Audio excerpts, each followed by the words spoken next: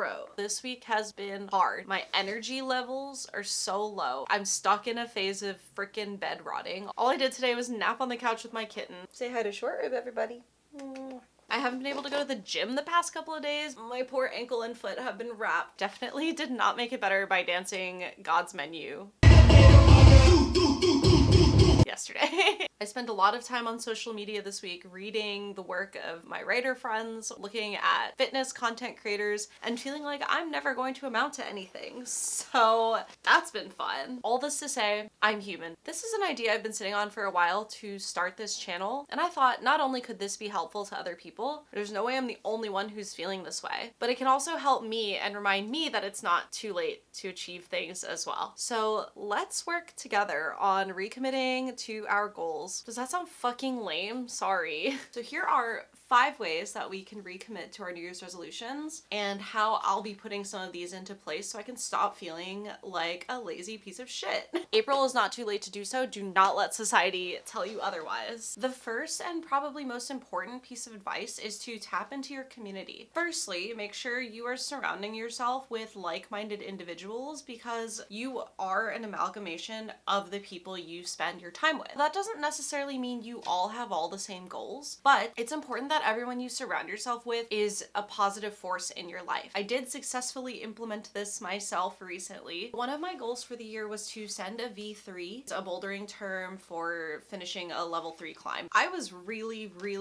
nervous to get back into a climbing gym because it had been maybe 8 months since the last time I went climbing, so I knew that my anxiety was not going to let me do it alone. In the spirit of surrounding myself with people with positive energy, I'm also trying to be a lot more intentional about the ways that I spend time with people and not center them around going out drinking. So what I did was I reached out to 2 good friends of mine who I know like to climb regularly still and asked if we could all go together. For most people, I'm sure it's not that hard to ask your friends to hang out, but for me, I think I need some practice in rejection therapy. I also need tips for social anxiety because why do I get so nervous hanging out with the same people I talk to like every single day? Despite the fact that I was extremely anxious to go, I had a great time. Plus, with my friends' encouragement, as well as some strangers who were really cool and nice, I did it. I hung on for like half a second. You good? I'd obviously like to go again soon and have a bit of a cleaner finish, but I did it regardless. Another thing off the bingo card. A good handful of squares on my bingo card are also career oriented. So some of those goals include writing about fashion this year, which I've never done before and would love to do, and writing for a couple of publications that have always felt like a pipe dream. I honestly have an incredible network of super talented journalist friends that I'm always afraid to utilize. I don't mean that in like a befriend people to get what you want kind of thing. More so that I get so self-conscious about people thinking that I'm asking for something that I never ask for anything ever. And I love my writer friends not because they're writers, but just because they're really cool people. And I would hate for any of my writer friends to ever think that I just want to get something out of them. But at the same time, I know that I'm holding myself back by not using those connections because all the people who have offered help to me in terms of connecting me to their editor, I never follow up on it, and I really need to start doing that. I have done that a little bit here and there so far this year, so I really need to push myself to revisit those conversations because I know that there's so much potential there and that these pipe dream publications and writing about fashion are very attainable. Number 2 is to multitask. One of my resolutions for this year is to watch 52 movies. An average of 1 a week is my goal, but for some reason in my head, I don't know if it's the ADHD or what, it feels so daunting sometimes that there will be 2 hours that I have to sit perfectly still. I get so distracted so easily. I end up getting on my phone, which is not ideal when you're watching a movie, and honestly I just need to use my phone less. But another one of my objectives is to make clothing by hand, which I've already made one thing, but I've started doing both at the same time, and it helps me so much. When I have my hands busy, it really helps me sit still and focus on the movie. It makes me feel a lot less intimidated because because I am killing two birds with one stone. I'm crocheting like a fucking fiend. Another example is I have several goals that are fitness related. My biggest one being to achieve 20% body fat. To achieve that goal does require me to incorporate a little more cardio. I just get so bored on the treadmill or on the stair climber or whatever it is. It just helps me feel like I'm still getting stuff done. I understand that not everybody's goals are oriented to be able to do multiple things at once, but I'm sure that if you sit down and take a look at your goals, you might find unconventional ways to tie them together. Number 3, I feel like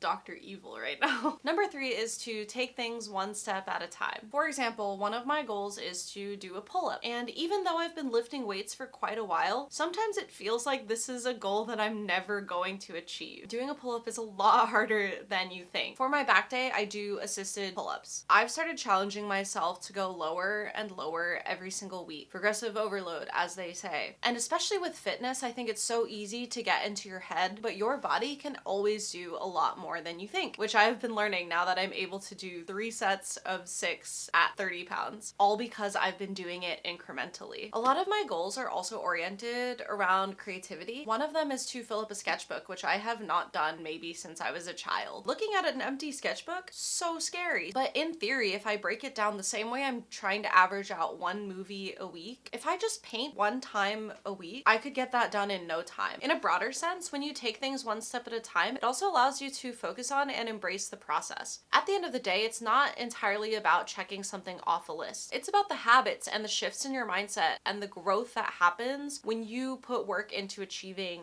new goals. So allow yourself to embrace the process, and the process can and will be messy. Number 4 is to check in with yourself very regularly. For me, that's a lot of journaling. When I sit down and I journal, I don't really have a format or framework for it. It's always just like mind dump. If I'm feeling low, if I'm feeling unmotivated, it really helps me get down to the root of why I'm feeling that way. And for me, once I've identified what my mental roadblocks are, I can start chipping away at them very deliberately because I identified the problem. I also do a lot of gratitude journaling. When I sit down and I force myself to think of things to be grateful for in life, especially if I'm feeling low, it really helps reinforce that things are moving in a positive direction, even though it doesn't always feel that way. Ow, rude. I have a specific journal that's just for fitness stuff. For several reasons, I don't like to look at the amount that I weigh as a specific goal or benchmark or anything, because X amount of pounds can look so different on so many people. It's all about body composition. So I do take measurements. For example, I am trying to grow my glutes this year, so I always look at my hip measurement. If that's going up, my weight might also go up, and like that's fine. But I do write these things down as check-ins to make sure that even if things fluctuate, as long as there's a trend in the direction that I want things to go, then I know that I'm making progress. In my fitness journal, I also like to write about how my workouts have been feeling. So because I'm checking in with myself, I can tweak my weightlifting plan accordingly. So that helps me make sure that I'm always doing things that make me feel good. Journaling can also help you revisit the whys of your goals. Why did you make these goals in the first place? If you take the time to remember your original motivations for these goals, it can help you recommit to achieving them. And then my last tip is don't be afraid to change course. Who you are right at this second is fundamentally a different person from the one who wrote those goals down originally. Now, that doesn't mean you have to do a complete 180, scrap everything, but if you find that a goal is no longer serving you, it is okay to drop it. It just means that you've changed and you've maybe found some clarity on things that you want to work on more. It also doesn't have to mean getting rid of the goal entirely. It just might be taking a different shape than you originally thought. One of these spaces on my bingo card is to travel abroad. More specifically, the way that I pictured that was spending 2-ish months in another country with the intention of feeling it out for a long-term move. However, when I first put that plan into place, I didn't have a cat.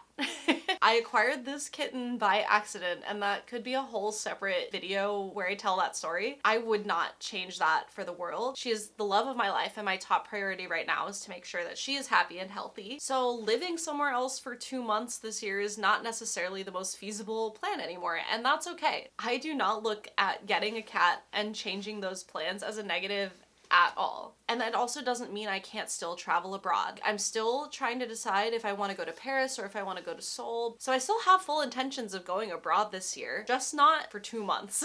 So yeah, I hope you guys liked this video and were able to get something out of it. And if you guys have any of your own advice to share, I would love to see those in the comments as well. So here's to hoping for a better mental health day in the morning and a more productive week ahead. I'll see you guys next time. Bye!